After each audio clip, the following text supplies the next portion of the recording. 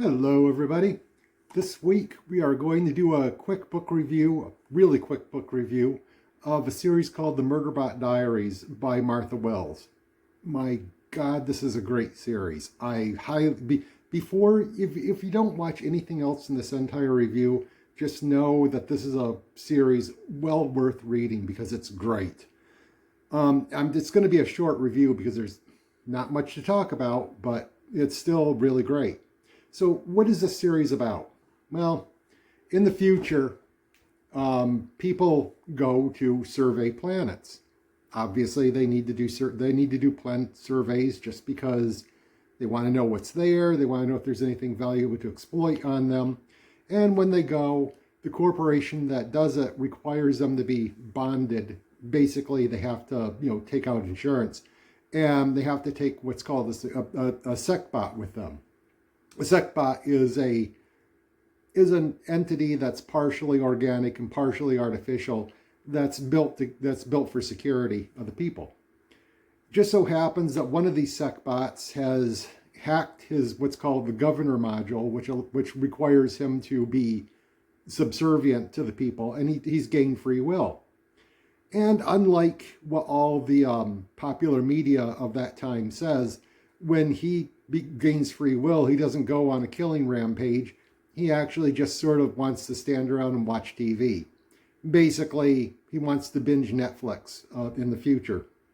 His favorite series is The Rise and Fall of Sanctuary Moon, and really he just stands around and watches that in the background while he basically kind of like half-asses his job.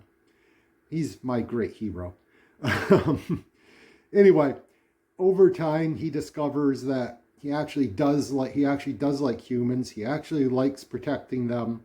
He grows. He decides to leave the company that he works for and go on the run because he doesn't particularly like having to be treated as property.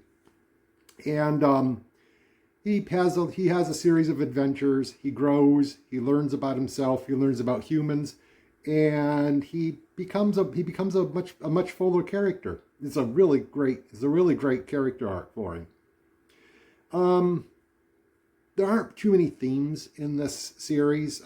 There is a theme that you could say about growing and changing and learning to be less apathetic.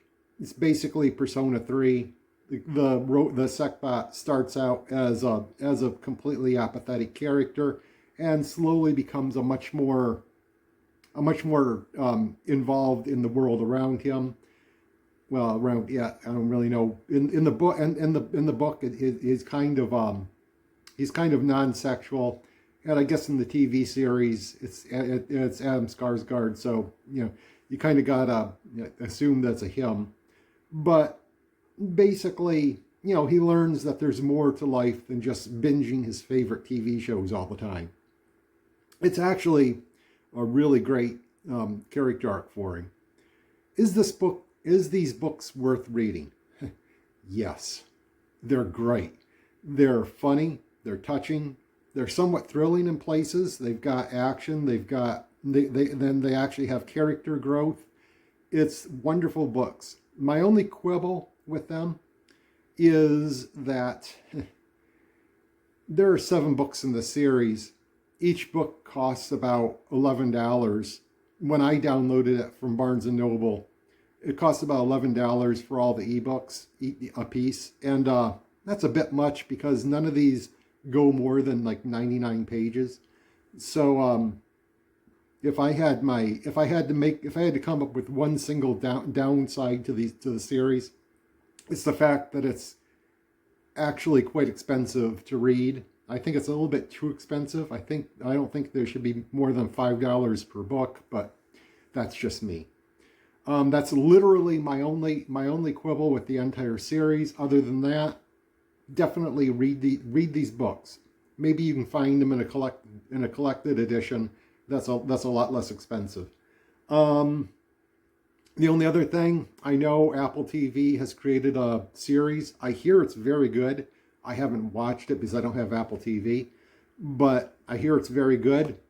Definitely probably watch that. I'll probably see if I can see if I can find it somewhere, probably on Amazon or something like that, where I can just, buy the series, because I really want to see how this is adapted to the screen.